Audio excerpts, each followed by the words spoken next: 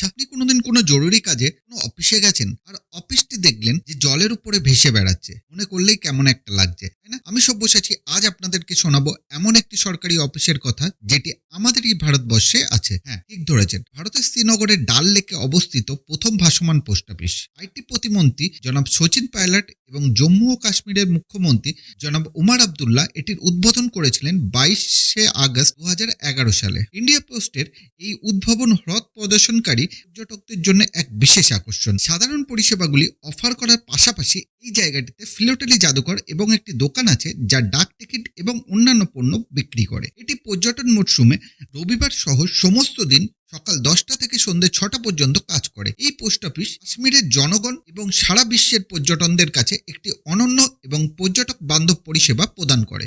এই পোস্ট অফিসের বিশেষ বৈশিষ্ট্য হলো এখান থেকে পোস্ট করা চিঠিগুলোর উপরে একটি বিশেষ নকশা করা আছে, যাতে ডাল লেক এবং শ্রীনগরের মনোরম দৃশ্য রয়েছে। যেখানে এই পোস্ট অফিসের চিঠিগুলি পোস্ট করেছে সেখানেই পৌঁছচ্ছে এবং কাশ্মীরকে বিশ্বজুড়ে একটি পর্যটন গন্তব্য হিসেবে প্রচার করে চলেছে। মুখ্যমন্ত্রী ওমর আবদুল্লাহ, নতুন ও পুনর্বিকরণযোগ্য শক্তিমন্ত্রী জনাব ফারুক আবদুল্লাহ এবং কেন্দ্রীয় যোগাযোগ ও তথ্য প্রযুক্তি মন্ত্রী জনাব সচিন পাইলট এই ডাল লেক এবং ভাসমান পোস্ট অফিস মিউজিয়াম উদ্বোধন করেছিলেন 22শে আগস্ট 2011 সালে। তাহলে কি ভাবছেন, একবার যেতেই হবে এই বিস্ময়কর জায়গাটিতে।